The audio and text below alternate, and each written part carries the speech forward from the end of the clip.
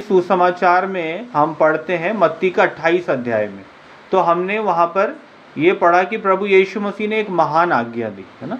और वो आज्ञा क्या है कि जाओ और सब जातियों के लोगों को चेला बनाओ और उन्हें पिता, पुत्र और पवित्र आत्मा के नाम से बपतिस्मा दो, है ना।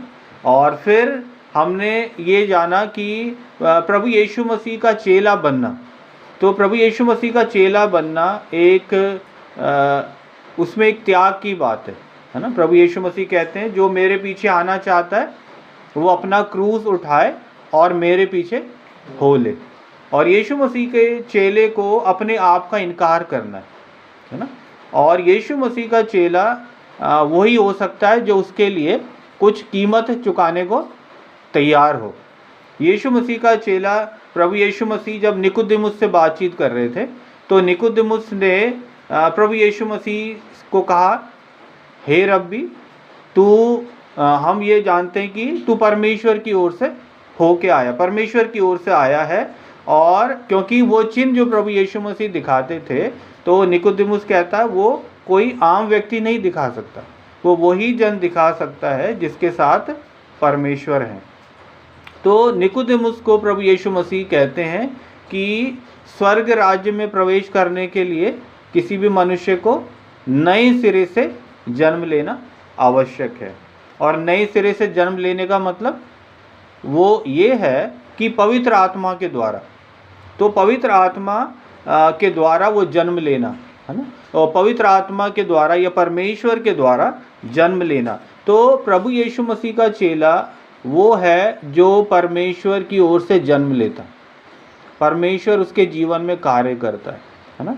उसका जीवन जब वो प्रभु यीशु मसीह को स्वीकार करता है तो उसका जीवन बदल जाता है ना, और उसके जीवन की पूरी बातें, सारी बातें बदल जाती हैं, है ना। और जीवन में जो भी आदतें हैं, पुरानी आदतें बदल जाती है ना, जो उसका व्यवहार है वो बदल जाता है ना, जो उसका बातचीत करने का तरीका वो बदल जाता है, तो वो पूरा का पूरा जीवन बदल जाता है ना। तो प्रभु यीशु मसीह के पीछे आने के लिए हमें कीमत चुकाना है, हमें उस क्रूस को उठाना है ना। और वो कीमत हो सकता है कि हमारी आदतें हो, है ना। कई लोग वो अपनी आदतों को नहीं छोड़ पाते, है ना, तो फिर क्या होता है, उसी की वजह से फिर वो लोग परेशानी में पड़ जाते हैं। तो प्रभु यीशु मसीह कहते हैं जो उनके पीछे आना चाहता है वो अपने आपे का इनकार करे और उसके पीछे हो ले, क्रूस, अपना क्रूस उठाए, है ना। और यहाँ पर हमने जो पढ़ा वो क्या पढ़ा मरकुस में, कि प्रभु यीशु मसीह के पीछे जो व्यक्ति आना चाहता है उसको एक कीमत चुकानी है। और वो कीमत क्या है हमने यहाँ पर देखा।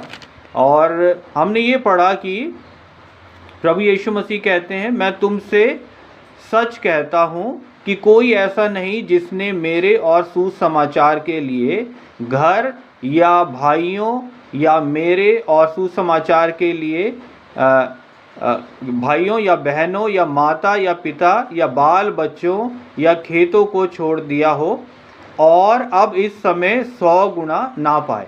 मतलब प्रभु यीशु मसीह के पीछे आने में कई बार कई लोगों ने उनको अपना घर छोड़ना पड़ा, है ना, उनको वो कीमत चुकानी पड़ी। क्यों? क्योंकि अगर वो यीशु मसीह के पीछे चलते तो फिर अगर घर ना छोड़ते तो वो यीशु मसीह के पीछे नहीं चल पाते।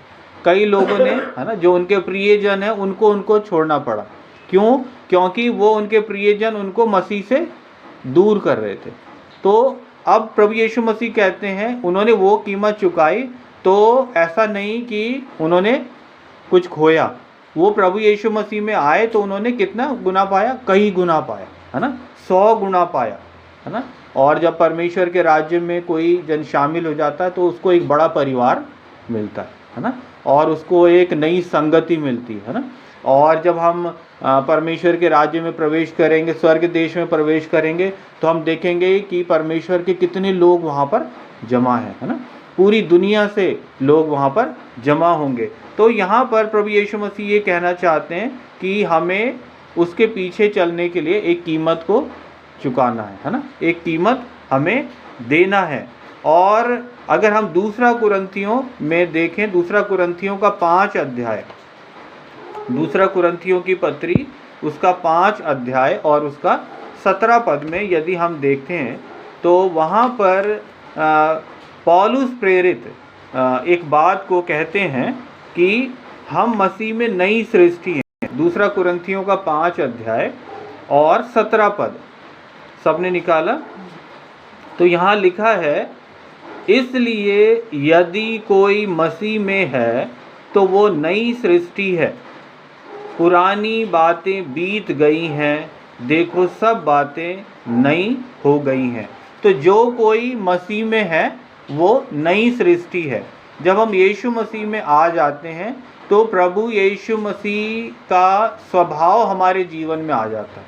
जब हम यीशु मसीह में आ जाते हैं तो प्रभु यीशु मसीह का जीवन हमारे में ट्रांसफ़र हो जाता है और हम मसीह में नई सृष्टि हो जाते हैं, नए लोग हो जाते हैं, नया इंसान बन जाते हैं, है ना। और यही है नए सिरे से जन्म लेना। नए सिरे से जन्म लेने का मतलब हमारी पुरानी बातें अब बीत गईं, अब हम मसीह में नए सिरे से जी रहे हैं। तो उद्धार पाना या यीशु मसीह में आना या यीशु मसीह का चेला बनने का मतलब ऐसा नहीं है कि जीवन को नए सिरे से शुरू करना, ऐसा बात नहीं है, बल्कि क्या है, एक नया जीवन शुरू करना। यीशु मसीह में आने का मतलब एक नया जीवन शुरू करना। अब वो पुरानी बातें, पुरानी बातों को हमें ध्यान नहीं देने की ज़रूरत है। और कई बार जब अगर पुरानी बातें याद आती हैं तो वो हमें परेशान करती हैं, है ना। पुराना जीवन हमें परेशान करेगा। तो इसीलिए हमें प्रभु यीशु मसीह का वचन हमें बताता है कि पुरानी बातों को छोड़कर अब हमें, है ना, उस परमेश्वर के अनुग्रह में उस निशाने की ओर दौड़ते चले जाना है। अब हमें पीछे मुड़कर नहीं देखना है, क्योंकि अगर हम पीछे मुड़कर देखेंगे तो वो अंधकार की ताकतें हमें फिर वापस अपने में खींचेंगी। तो इसीलिए परमेश्वर के जन को चाहिए कि वो निरंतर वचन पढ़े, बाइबल पढ़े, वो निरंतर प्रार्थना में आगे बढ़े, वो निरंतर परमेश्वर से मदद मांगे, सहायता मांगे, है ना। और हम देखते हैं मसीह जीवन हम अपने बलबूते नहीं जी सकते। क्यों? क्योंकि हमारे जीवन में हमारा कई बार नियंत्रण नहीं होता, हमारे सोच विचार में हमारा नियंत्रण नहीं होता, हमारा सोच विचार कहीं से कहीं चला जाता है ना। हम कई ऐसी बातें सोचने लगते हैं जो हमें सोचना नहीं चाहिए। तो उन सारी चीज़ों से बचने के लिए हमें प्रभु यीशु मसीह की सामर्थ चाहिए, हमें प्रभु यीशु मसीह का अनुग्रह चाहिए। प्रभु यीशु मसीह इस दुनिया में रहे और उन्होंने एक निष्पाप और निष्कलंक जीवन जिया, तो हम जो उसके कहलाते हम भी वैसा जीवन जी सकते हैं। यीशु मसीह के ऊपर भी बाधाएं आई, है ना, विपत्तियाँ आई, परेशानी आई, लोगों ने उनका अपमान किया और लोगों ने उनसे बहुत बहस किया, है ना। लेकिन प्रभु यीशु मसीह को मालूम था उन्हें कैसा उत्तर देना। तो हमें वो चीज़ प्रभु यीशु मसीह से सीखना है। हमें किसी से लड़ाई झगड़ा नहीं करना, हमें सबसे प्रेम का बर्ताव करना है, क्योंकि यीशु मसीह ने सबसे प्रेम का बर्ताव किया। प्रभु यीशु मसीह ने किसी से कोई, है ना, ऐसी बात नहीं की जो जिससे उसको बुरा लगे, है ना। लेकिन जहाँ पर प्रभु यीशु मसीह को किसी को डांटना था तो उन्होंने डांटा, जहाँ पर प्रभु यीशु मसीह को कुछ बात सख्त रीति से बोलना था उन्होंने कहा, है ना।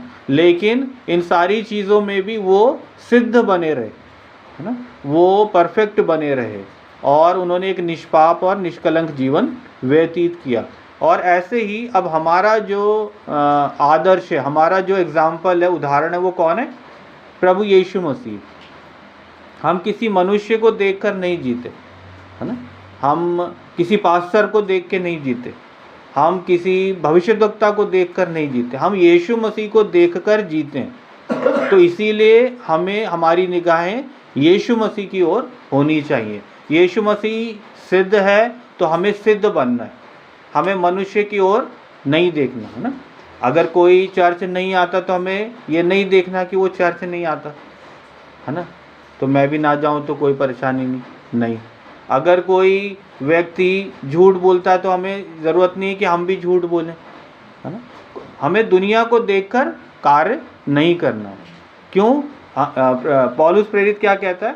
संसार के सदृश ना बनो, दुनिया के जैसा मत बनो। तो प्रभु यीशु मसीह का जन्म दुनिया से अलग है, वो अलग दिखाई देता, वो अलग रहता है ना।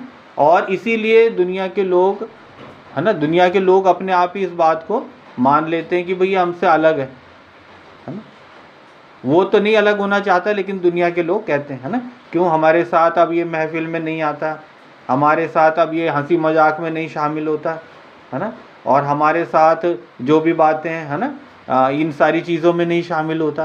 तो जब कोई जन इन सारी चीज़ों में, दुनियावी रीति में नहीं शामिल होगा, तो लोग उसको अलग ही सोचेंगे। तो इसीलिए परमेश्वर का जन एक अलग जीवन इसी प्रकार से वो बिताता है। प्रभु यीशु मसीह भी कई बार अलग रहे, और जब क्रूस की यात्रा में थे तो चेलों तक ने भी उन्हें छोड़ दिया, है ना।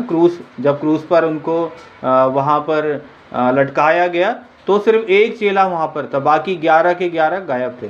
एक ने तो खैर प्रभु यीशु मसीह को पकड़वाया ही था, तो बाकी 10 भी नज़र नहीं आए।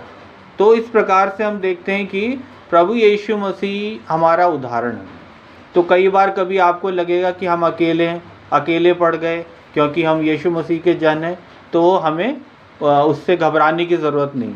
हमारा परमेश्वर भी ऐसी अकेला रहा, है ना, और वो पीछे नहीं मुड़ा, तो ऐसे हमें भी पीछे मुड़ने की ज़रूरत नहीं, है ना। कोई हमारी बात सुने या ना सुने, हमें परेशान होने की ज़रूरत नहीं, हमें उनके लिए प्रार्थना करने की ज़रूरत है।